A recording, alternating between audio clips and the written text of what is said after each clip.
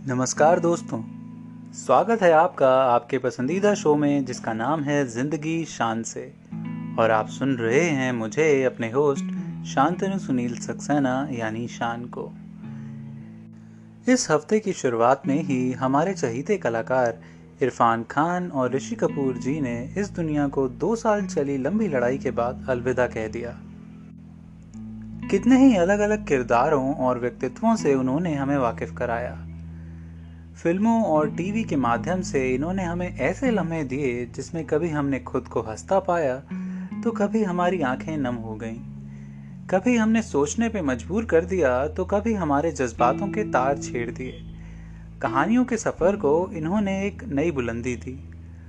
और यही एक वजह है कि आज हम कहे अनकहे किस्से में इस शो के माध्यम से उनको भावपूर्ण श्रद्धांजलि देते हैं और उम्मीद करते हैं वो जहां भी होंगे संतुष्ट होंगे और उस जहां को भी रोशन कर रहे होंगे।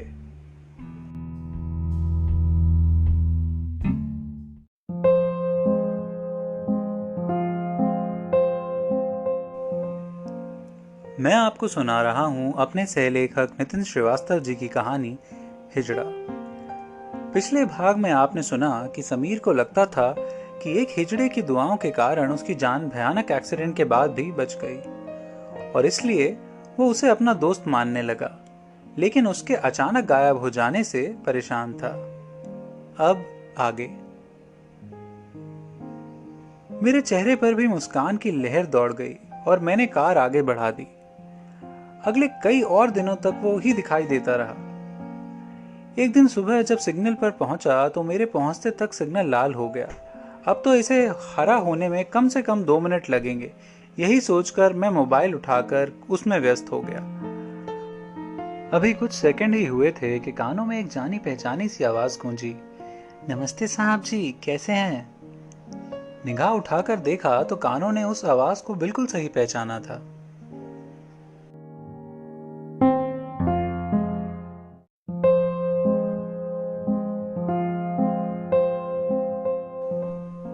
नमस्ते नमस्ते, बहुत दिनों के बाद दिखाई दिए, मैंने एक हल्की मुस्कान के साथ कहा। बस साहब, कभी यहाँ कभी वहां, अपनी मर्जी के मालिक हैं, कहकर धीरे से हंस दिया। मैंने भी हंसते हुए जवाब दिया, बहुत अच्छे, नौकरी थोड़ी ही है जो बंद कर रहना है। उसके चेहरे पर मुस्कान अब भी थी, मगर आंखों में एक अजीब सा दर्द भर गया और धीरे से बोला, मन को तसल्ली देने के लिए ख्याल तो पाल ही सकते हैं। वो एक खोखली हंसी हंसकर आगे बढ़ गया। मैं बस उसे देखता रह गया। न जाने क्यों हर बार मुझे वो चौंका जाता था। फिर वही नियमित दिनचर्या, दिन बीत रहे थे। अक्सर मुलाकात हो जाती थी उससे, वहीं लाल बत्ती पर, कभी केवल दुआ सलाम और कभी अगर समय हुआ तो इधर उधर की बातें। एक अनजाना सा दोस्ताना बन गया था। तो बातों में उसे पता चला कि उसे लोग जगमग बुलाते थे। अजीब नाम था, लेकिन शायद उसकी दुनिया में नाम ऐसे ही होते होंगे। वो सिग्नल के पास ही बस्ती में एक चौल में रहता था, जहां उसके जैसे ही करीब 100 हिजड़े और रहते थे। ज्यादातर सिग्नल पर भीख मांगने का काम करते थे, तो कुछ नाच गाने का भी। उसने बताया कि उसे और उसके जैसे कई और हिजड़ों को एक बुजुर्ग हिजड़े ने पाला पोसा था और अब सब मिलकर उसका ख्याल रखते थे। उस दिन वो मेरी कार की खिड़की पे खड़ा होकर बात कर रहा था कि अचानक किसी को देखकर डर गया। उसका चेहरा सफेद पड़ गया और वो बिना कुछ बोले तेजी से चलकर गायब हो गया। मुझे कुछ समझ नहीं आया। मैंने इधर उधर देखा मगर कुछ ऐसा दिखा नहीं जिस पर कोई शक हो। बत्ती हरी हो गई और मैं दिमाग में असमंजस सा लिए हुए आगे बढ़ गया। वो दिन तो निकल गया। अगले दिन जब मैं सिग्नल पर पहुंचा तो वो नहीं दिखा। इस तरह से 2 दिन और बीत गए, मगर वो दिखाई नहीं दिया और मुझे ये बात परेशान करने लगी थी। न जाने क्यों रह रहकर मुझे उसका ख्याल आ रहा था, कहीं वो किसी मुसीबत में तो नहीं पड़ गया। किसको देखा था उसने जो वो इतना डर गया था। एक बार को ख्याल आया क्यों न बस्ती में जाकर पता लगाऊं। फिर लगा कि मुझे इस सब में नहीं पड़ना चाहिए। उसकी दुनिया मेरी दुनिया से अलग है, वहां के बारे में मुझे कुछ पता नहीं। उसकी मदद करने के चक्कर में कहीं मैं ही मुसीबत में ना आ जाऊं। इसी उधेड़बुन में एक और दिन निकल गया। एक दिन सुबह ऑफिस में बैठे बैठे तय कर लिया, एक बार जाकर पता कर लेता हूं। न जाने क्यों मगर बार बार उसका ख्याल आ रहा था। कई दिनों के बाद उस दिन लंच के समय बाहर आया। सोचा लंच टाइम में होकर आ जाता हूं। हाथ में बची हुई एक रोटी भी थी, मगर देखा तो वो भिखारी अपनी जगह पर था ही नहीं, शायद आया ही नहीं था। खैर, रोटी मैंने गाय को दी और निकल पड़ा।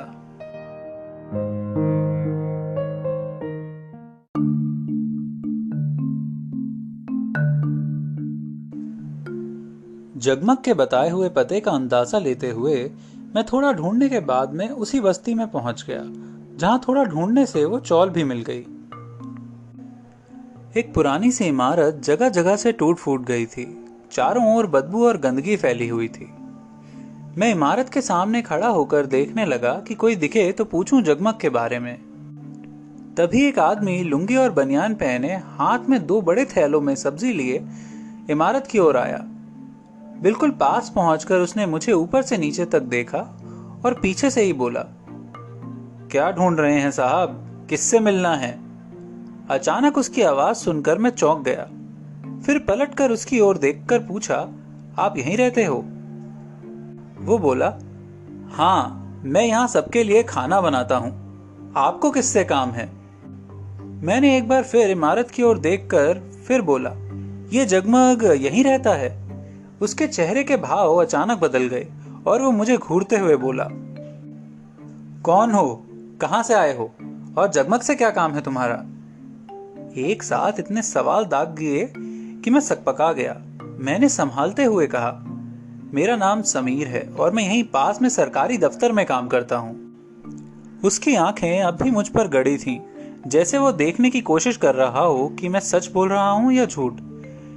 मैंने थोड़ा झुंझलाते हुए कहा, आप जगमग को बुला दीजिए, वो जानते हैं मुझे।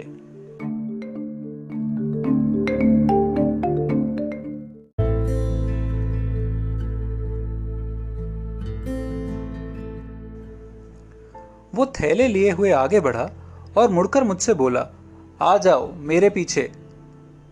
वो आगे जाकर एक अंधेरी सी सीढ़ी में चढ़ने लगा और मैं उसके पीछे पीछे चल दिया। एक के बाद एक 3 सीढ़ियां चढ़ने के बाद हम तीसरी मंजिल की बालकनी में पहुंच गए थे। मेरी तो सांस ही फूल गई ऊपर तक पहुंचने में। आगे बढ़कर वो एक दरवाजे पे जाकर रुका और मेरे आने का इंतजार करने लगा। जैसे मैं पहुंचा वो अंदर घुसा और पीछे पीछे मैं भी घुस गया। मैंने चारों ओर एक नजर दौड़ाई।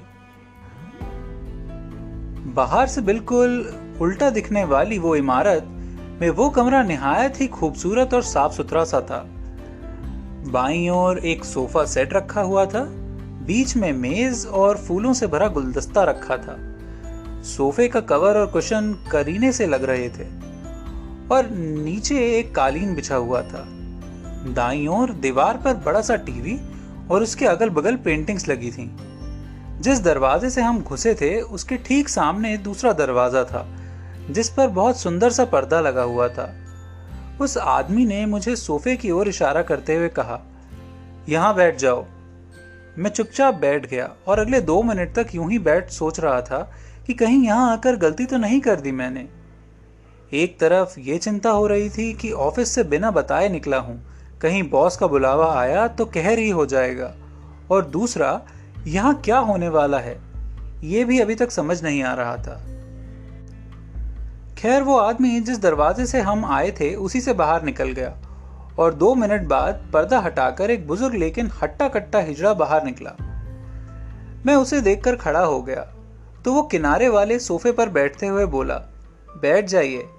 मैं थोड़ा सिकुड़ कर बैठ गया। उसके चेहरे पर एक बहुत सुकून भरी मुस्कुराहट थी। कुछ पल के सन्नाटे के बाद उसकी आवाज दोबारा आई, बताइए क्या खिदमत कर सकते हैं हम आपकी? मेरा गला सूख रहा था, मानो आवाज ही नहीं निकल रही थी। एक बार खंखार कर फिर मैं बोला, जी मेरा नाम समीर है, मैं यहीं पास में काम करता हूँ। रोज आते जाते मुझे सिग्नल पर जगमग मिलता था, हमारी बातचीत हो जाती थी, लेकिन पिछले कुछ दिन से वो दिखा नहीं। इसलिए मुझे चिंता हुई और मैं उसे ढूंढता हुआ यहाँ आ गया। मैं एक सांस में अपनी बात बोल गया था। वो मेरी आंखों में देखते हुए बोला, देखिए, मुझे अच्छा लगा कि आपने एक गरीब हिजड़े के बारे में इतना सोचा, मगर फिर भी मैं जानना चाहूंगी कि आपके उसके बारे में छानबीन करने की कोई खास वजह तो नहीं है। मुझे ना जाने क्यों उसकी बात अच्छी नहीं लगी और मैं उठकर खड़ा हो गया। देखिए, पिछली बार जब उसे देखा था तो वो परेशान सा लग रहा था, इसलिए मैंने सोचा कि एक बार पता कर लूं, मगर लगता है मुझसे गलती हो गई है। कहकर मैं बाहर जाने लगा। तभी वो बोल पड़ा, यहाँ बहुत तरह के लोग आते हैं, इसलिए हमें सतर्क रहना पड़ता है। अगर आपको मेरी बात बुरी लगी हो तो मुझे माफ कीजिएगा, मैं उसे बुला देता हूँ, आगे उसकी मर्जी, वो आपसे बात करना चाहे या नहीं। उसका ये बात कहने का लहजा थोड़ा अजीब था। फिर उसने अपने हाथ में लिए हुए मोबाइल को थोड़ा दूर करते हुए देखते ही एक नंबर मिलाया। उधर से फोन उठने पर उसने किसी को बोला, बच्चे जरा बाहर आकर बैठक में बैठ जाना। अगले ही मिनट में पर्दा खुला और एक लगभग 5 फुट 10 इंच लंबा एक नौजवान कुर्ता पैजामा पहने हुए बाहर आया। मैंने उसे ऊपर से नीचे तक एक बार देखा, फिर दोबारा उस बुजुर्ग हिजड़े की ओर देखने लगा। वो नौजवान आकर बिल्कुल उसके बगल में खड़ा होकर बोला, बोलो बुआ, क्या बात है? उसने मेरी ओर इशारा करते हुए उससे कहा, इन्हें पहचानते हो? उसका ध्यान अब मेरी ओर आया था और मुझे देखते ही वो चौंक कर बोला, अरे साहब, आप यहाँ? इतना कहते हुए वो घबरा सा गया। मुझे कुछ समझ नहीं आया वो कौन था और मुझे कैसे जानता था। मैं सवालिया निगाहों से उसे देखता रहा।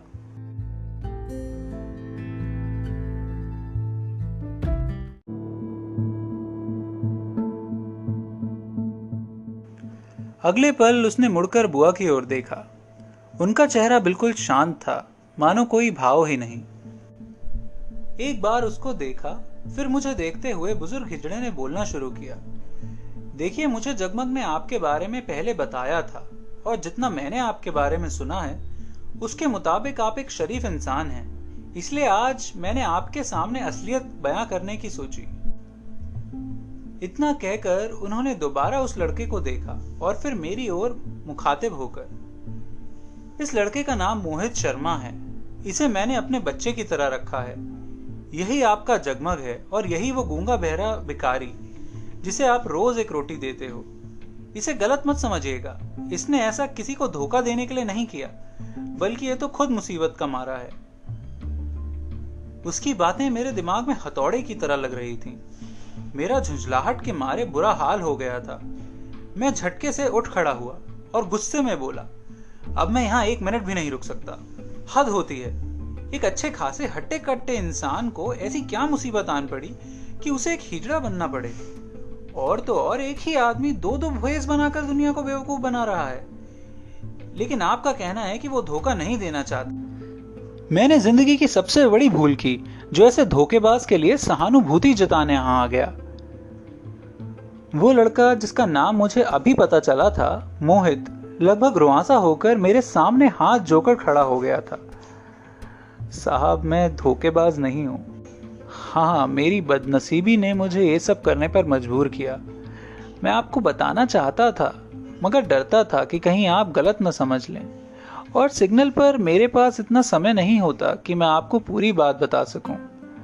आज मैं आपको सब कुछ बता देता हूं, फिर आप ही तय कीजिए कि मैं धोखेबाज हूं या मुसीबत का मारा। मेरा गुस्सा अभी कम नहीं हुआ था, लेकिन फिर भी मैंने उसे एक मौका देना ठीक समझा और कड़क कर बोला, ठीक है, तुम्हें जो कहना है जल्दी से कहो, मेरे पास वक्त बहुत कम है। और फिर जो उसने बताया वो सच में किसी को ऐसी स्थिति में लाने के लिए बहुत था। आगे की कहानी वैसे जैसे मोहित ने बताई।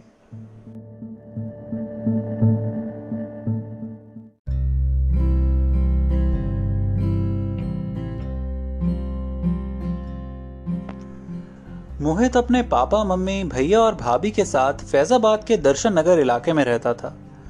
उनका दर्शन नगर में किराने का काम था। शहर के बड़े लोगों में गिनती थी मोहित के पापा बृजमोहन शर्मा की। पापा और भैया पूरा दिन दुकान पर बैठते थे और मोहित स्कूल और उसके बाद दोस्तों के साथ दिन भर मस्ती करता रहता। 12वीं के बाद पापा चाहते थे कि वो इंजीनियरिंग करे। मगर मोहित अपने शहर की मौज मस्ती छोड़कर बाहर पढ़ने नहीं जाना चाहता था। पापा से जिद करके साकेत डिग्री कॉलेज में बीएससी में दाखिला ले लिया। भैया ने कॉलेज में जाने से एक दिन पहले बैठाकर उससे समझाया, देख मोहित, डिग्री कॉलेज में बहुत तरह के लोग होते हैं। कुछ पढ़ने जाते हैं, कुछ सिर्फ मौज मस्ती के लिए और कुछ सिर्फ गुंडागर्दी के लिए। तुम ज्यादा लोगों से दोस्ती मत रखना, सिर्फ पढ़ाई पर ध्यान देना। बाकी कॉलेज में क्या हो रहा है उस तरफ मत ध्यान देना। भैया की बात खत्म होते ही मोहित लापरवाही से बोला, ठीक है, ध्यान रखूंगा।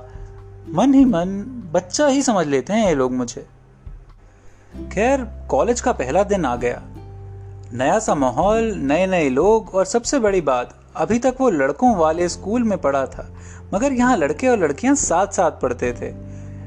मोहित के साथ साथ कुछ और लड़के भी उसके साथ दाखिला लेकर उसी की क्लास में आ गए। क्लास में मोहित और उसके दोस्त सबसे पीछे की सीट पर बैठ गए। पहली क्लास मैथ्स की थी, पहाड़ सिंह सर की। जैसे ही क्लास में वो घुसे, सबके सब खड़े हो गए। फिर उन्होंने बैठने का इशारा किया और ब्लैक बोर्ड के सामने कुर्सी पर बैठ गए। जैसा नाम वैसे ही दिखने में, लंबा चौड़ा शरीर, सख्त चेहरा और शांत आंखें। कुछ मिनट के सन्नाटे के बाद उनकी आवाज गूंजी, आप सबका मेरी क्लास में स्वागत है। आज पहला दिन है, इसलिए हम ज्यादा कुछ नहीं कहेंगे, बल्कि अपनी पिछली क्लास में क्या सीखा जानने की कोशिश करेंगे। आपसे जो सवाल पूछा जाए उसका आंसर देने से पहले अपना परिचय दीजिएगा। आंसर ना पता हो तो चुप रहने के बजाय कह दीजिए कि नहीं पता। इससे सभी का समय बचेगा। चलिए पीछे से शुरू करते हैं।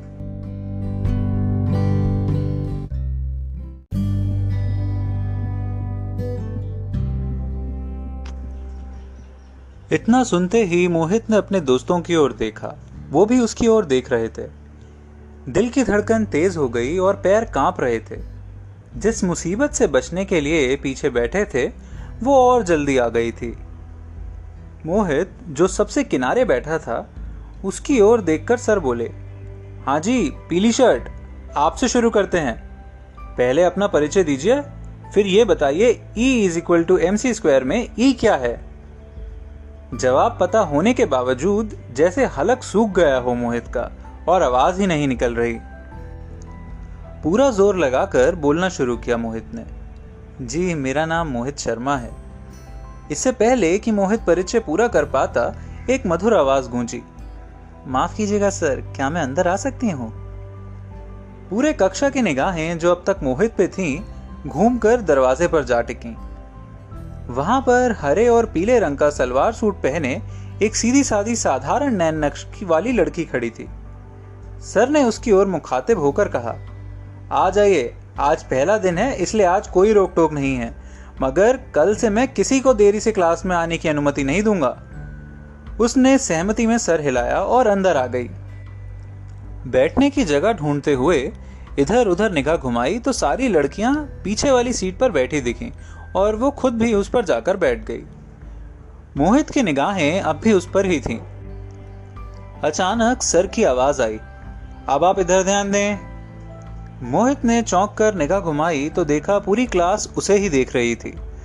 उसने घबराकर सर की ओर देखा और बोलना शुरू किया, जी मेरा नाम मोहित शर्मा है, मैं दर्शन नगर से हूँ। मैंने महाराजा इंटर कॉलेज से 12वीं की है। यहाँ पर सी प्रकाश की गति है। जल्दी जल्दी बोलकर मोहित बैठ गया। सर, जो उसकी ओर ही देख रहे थे, बोले, मैंने बैठने को थोड़ी बोला है अभी आपसे। मोहित घबराकर दोबारा खड़ा हो गया। इस पर सब हंस पड़े।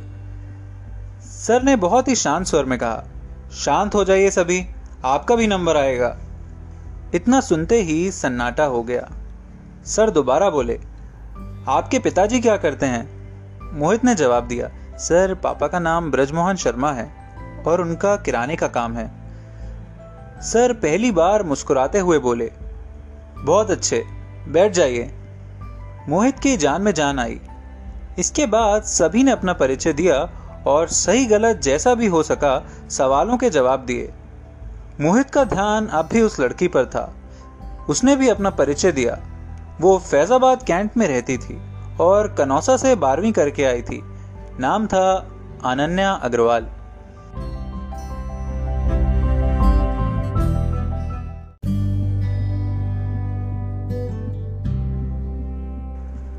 अगले पूरे घंटे जब तक मैथ्स की क्लास चली, मोहित का ध्यान अनन्या पर ही था। न जाने उसकी साधारण नैन नक्श में क्या आकर्षण था जिसने मोहित को उसका दीवाना सा बना दिया था। मोहित ने ठान लिया था वो उससे दोस्ती करके ही रहेगा, मगर कैसे? यहाँ के माहौल में तो कोई लड़की किसी लड़के को जानती भी हो तो भी बात नहीं करती। ऐसे में अनजान लड़की से बात करना तो लगभग नामुमकिन था। यही उधेड़-बुन भी मोहित के मन में चल रही थी कि क्या जुगत लगाई जाए, मगर कोई रास्ता समझ नहीं आ रहा था कि अचानक शायद मोहित की किस्मत काम कर गई और मैथ्स की क्लास खत्म होते ही सबसे आगे बैठी नम्रता अपनी सब किताब कॉपी लेकर पीछे आकर अनन्या के बगल में बैठ गई और दोनों ऐसे बातें करने लगीं जैसे बहुत पुरानी जान पहचान हो। तभी मोहित को याद आया कि नम्रता भी तो कनौसा से ही 12वीं करके आई थी, इसलिए दोनों एक दूसरे को शायद जानती हैं। नम्रता मोहित के पड़ोस में ही रहती थी। दोनों की दोस्ती तो नहीं थी, मगर एक दूसरे को जानते जरूर थे। अब अगला पड़ाव था नम्रता से दोस्ती बढ़ाना और उसके जरिए अनन्या तक पहुंचना।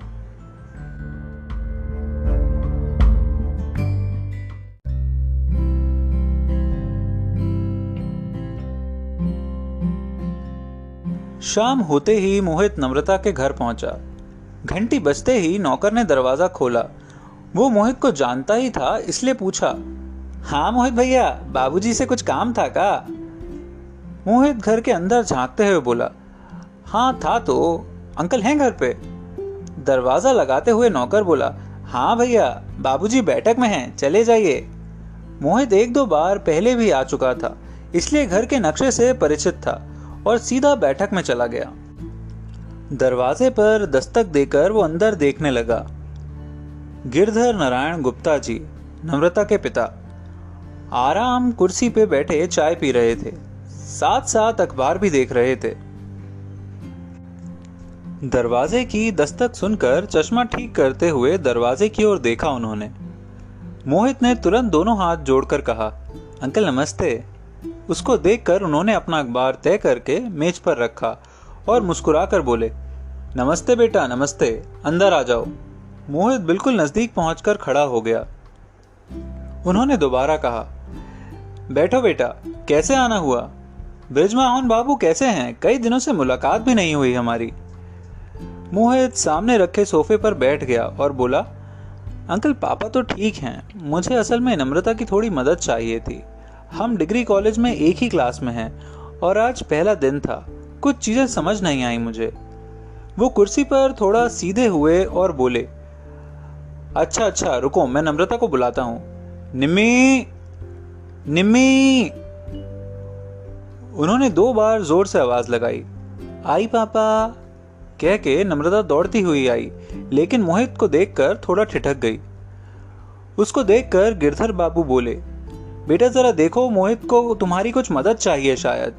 वो जी पापा बोलकर अपने पापा की कुर्सी के पीछे कुर्सी पे हाथ रख के खड़ी हो गई।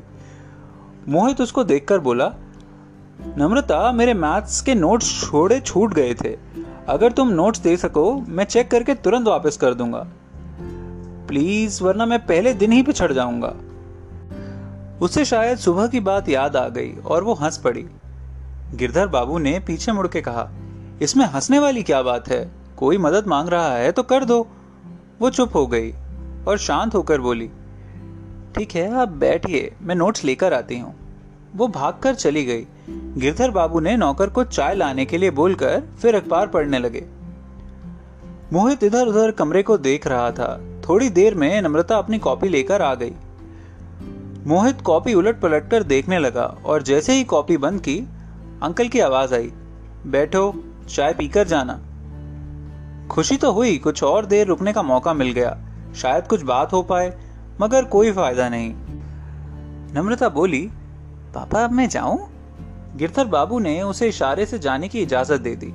चाय आ गई और मोहित ने चुपचाप सर नीचे किए चाय खत्म की और अंकल को नमस्ते करके कॉपी लेकर चला गया। आज का दिन तो बेकार हो गया था उसका, कोई बात ही नहीं हो पाई, मगर कम से कम एक सफलता तो मिली। कॉपी हाथ आ गई थी, इस बहाने दोबारा जाने का रास्ता पक्का हो सकता था।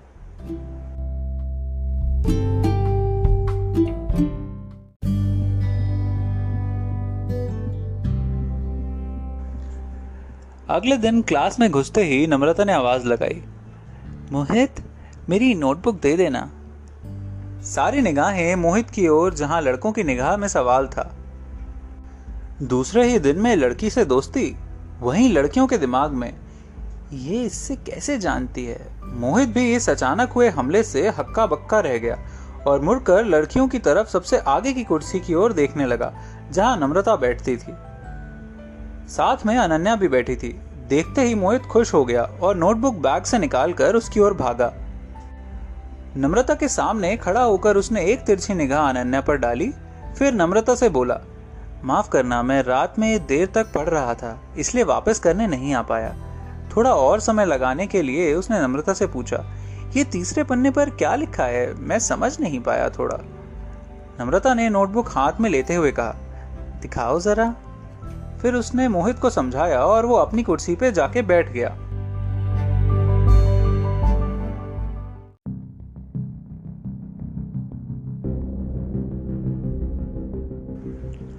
दो क्लास के बाद खाली समय में मोहित दोस्तों के साथ गेट के सामने चाय की दुकान पर बैठकर चाय पीने लगा।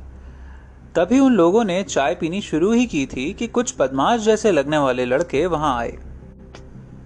उनमें से एक, जो शायद कुछ 5 फीट का होगा, हट्टा कट्टा शरीर और गले में मोटी सी सोने की चेन पहने आगे आया और मोहित के बिल्कुल पास आकर खड़ा हो गया। इधर उधर देखने के बाद मोहित के कंधे पर हाथ रखकर बोला, देखो बेटा, अभी नए नए आए हो, जरा संभल कर रहो, यहाँ माहौल अच्छा नहीं है, कहीं किसी मुसीबत में ना पड़ जाओ। मोहित झटके से खड़ा हो गया। कद काठी में मोहित उस लड़के से ज्यादा था, सो वो थोड़ा पीछे हटा। मोहित ने चाय का घूंट लेते हुए कहा, कौन हो तुम और क्या कहना चाह रहे हो, जरा खुल के समझाओ। उन लड़कों में से एक बोला, अबे इन्हें नहीं जानता। तब तक उस तगड़े लड़के ने इशारा करके उसे चुप करा दिया और खुद मुस्कुराकर मोहित को देखते हुए बोला, बेटा, इस इलाके में मुझे परिचय देने की जरूरत नहीं पड़ती, पर तुम नए आए हो इसलिए बताए देते हैं। हमारा नाम है परमेश्वर सिंह चौहान। हम इस महाविद्यालय छात्र संघ के अध्यक्ष हैं और कैबिनेट मंत्री छेदीलाल सिंह चौहान के बेटे हैं। हमें परम भैया के नाम से जाना जाता है। अब सुनो, हम तुमको समझाना चाह रहे थे। तुम जो उस सुंदर कन्या से बतिया रहे थे उस दिन, उसको हम पसंद करते हैं और हमको पसंद नहीं कि कोई उसके आस पास आए, तो भलाई इसमें है कि अपनी भाभी से दूरी बनाकर रखो।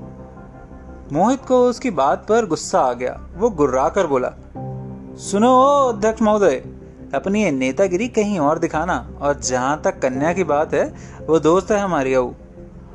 अपनी बात पूरी करने से पहले ही परम का हाथ उसके गाल पे लगा और अगले पल आओ देखा ना ताओ, मोहित ने उसे एक जोरदार घूंसा टिका दिया, जिससे परम झेल नहीं पाया और जमीन पर गिर गया। जमीन से उठते हुए उसने अपने कुर्ते से पिस्तौल निकालकर मोहित पर तान दी। चारों ओर सन्नाटा हो गया। तभी उसके एक दोस्त ने उसका हाथ पकड़ा और बोला, नहीं परम भैया, यहाँ नहीं, चुनाव का माहौल है, इसको फिर देख लेंगे। और फिर मोहित की ओर देखकर बोला, तू गया भाई, तू गया, तेरे दिन पूरे हो गए। इतना कहते हुए वो बाकियों के साथ जीप में बैठकर चला गया।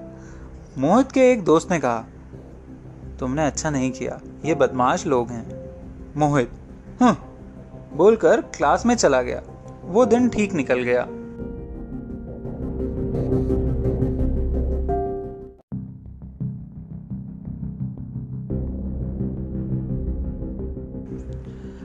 अगले 2-3 दिन कुछ नहीं हुआ, मगर मोहित को कई बार ऐसा लगा कि कोई उसका पीछा कर रहा है। सैटरडे को कॉलेज में छुट्टी होने की वजह से मोहित खाली था, तो भैया के कहने पर भाभी को छोड़ने उनके मैके लखनऊ चला गया। अगले दिन संडे था, इसलिए रात वहीं रुककर अगले दिन दोपहर तक घर पहुंचा, मगर यहां तो तबाही हो चुकी थी।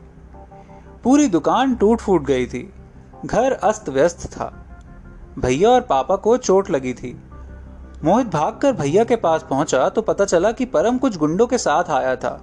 मोहित के ना मिलने पर उन लोगों ने मारपीट की और तोड़फोड़ की। मोहित गुस्से से कांपने लगा। संडे होने की वजह से उन लोगों के कॉलेज में मिलने की संभावना नहीं थी, इसलिए मोहित पता करता हुआ सीधे छेदीलाल के ऑफिस पहुंच गया और उसे वहां परम मिल भी गया। मोहित ने वहीं पड़ी एक लोहे की रॉड उठाकर परम को तब तक मारा जब तक वो बेहोश नहीं हो गया। मोहित के सामने किसी की बोलने की भी हिम्मत नहीं हुई और वो वापस आ गया। अगले दिन वो कॉलेज नहीं गया और शाम को मम्मी के कहने पर उन्हें लेकर फैजाबाद के बाजार चला गया। करीब 1 घंटे की खरीदारी के बाद वो लोग वापस लौटने लगे। अभी बाजार से बाहर भी नहीं निकल पाए थे कि मोहित का दोस्त कमल भागता हुआ आया और बोला, भाई भाई घर मत जाना, वहां वो छेदीलाल अपने गुंडों के साथ तेरा इंतजार कर रहा है। मेरी मानो तो कुछ दिन के लिए कहीं बाहर चले जाओ। मोहित झल्लाकर बोला, तेरा दिमाग खराब है क्या? मैं भाग जाऊं उस छेदी के डर से? उसकी हालत भी है उसके भाई जैसी ना की तो देख लेना। इस बार मम्मी बोली, बेटा इतना गुस्सा अच्छा नहीं है, चलो कहीं से फोन करते हैं पापा को, उनसे बात करो और जैसा वो कहें वैसा ही करो।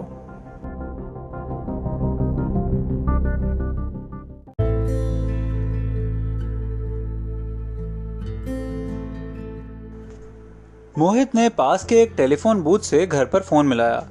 फोन पापा ने उठाया। वो घबराई हुई आवाज में बोले, बेटा वो छेदी अच्छा आदमी नहीं है, तुमने उससे झगड़ा करके अच्छा नहीं किया। वो यहाँ से चला तो गया लेकिन अपना एक आदमी घर के बाहर छोड़ गया है। तेरे आते ही वो दोबारा यहाँ आएगा तुम्हें जान से मारने के लिए। मेरी मानो तो तुम अपनी मम्मी को लेकर दिल्ली चले जाओ, मैं यहाँ का माहौल ठंडा होते ही तुम्हें बता दूंगा। तब तक तुम लोग तुम्हारी मौसी के यहाँ रहो।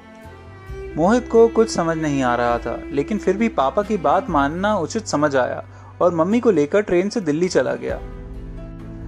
2 दिन बाद पापा का फोन आया मौसी के यहाँ कि सब ठीक है और वो आदमी यहाँ से चला गया है और छेदी भी दोबारा नहीं आया, सो 1-2 दिन और रुककर वापस आ जाए।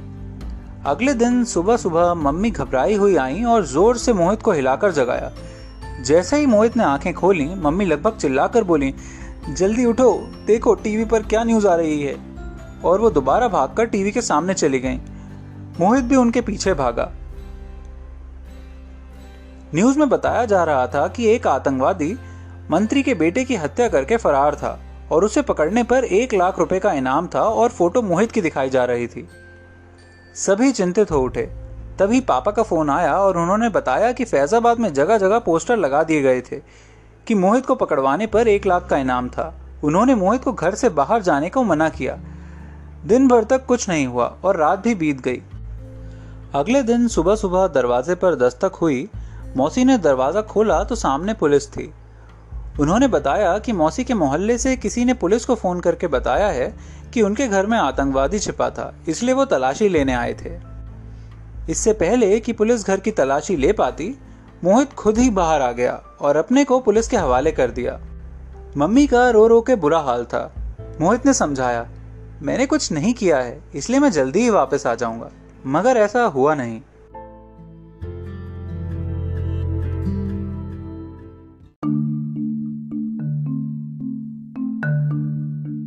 पुलिस वाले उसे गाड़ी में बैठाकर ले गए, लेकिन वो पुलिस स्टेशन ना ले जाकर कहीं और एक सुनसान जगह पर उसे गाड़ी से उतार दिया। तभी वहां छेदीलाल और उसके गुंडे आ गए। सबने उसे घेर लिया और तब तक मारा जब तक वो बेहोश नहीं हो गया। फिर उसे मरा समझकर वहीं छोड़ गए। जब उसे होश आया तो वो इन हिजड़ों की टोली में था। उस बुजुर्ग हिजड़े ने बताया कि वो उधर से गुजर रहा था तो उसने देखा कि कोई पड़ा हुआ था और उसकी सांसें चल रही थीं। फिर वो और लोगों की मदद से उसे उठाकर यहाँ ले आया और उसी ने मोहित से जगमग बना दिया जिससे कोई उसे पहचान ना सके। और कुछ ही दिनों में उन लोगों ने चुपचाप मोहित की मम्मी को सब बता दिया और ट्रेन में बैठाकर घर भेज दिया। हफ्ते में एक बार मोहित घर पे फोन करके सबसे बात कर लेता था। भले एक दूसरे से मिल नहीं पाते मगर यह सुकून था कि सब सही सलामत थे। सब कुछ सुनने में मुझे बुरा लगा। मैंने उससे माफी भी मांगी। उसने बताया कि उस दिन उसने छेदी के आदमी को देखा था, इसलिए वो अचानक वहां से गायब हो गया था। सब बातों के बाद मोहित ने दर्द भरी मुस्कान के साथ कहा, अचानक जिंदगी ऐसे बदल जाएगी कभी सोचा नहीं था। अब तो बस यही लगता है कि आज को पूरी तरह से जी लूं, क्योंकि कल क्या पता क्या हो। उस मुस्कुराते हिजड़े की इस कहानी ने मेरा जीवन और लोगों के बारे में सोचने का नजरिया ही बदल दिया।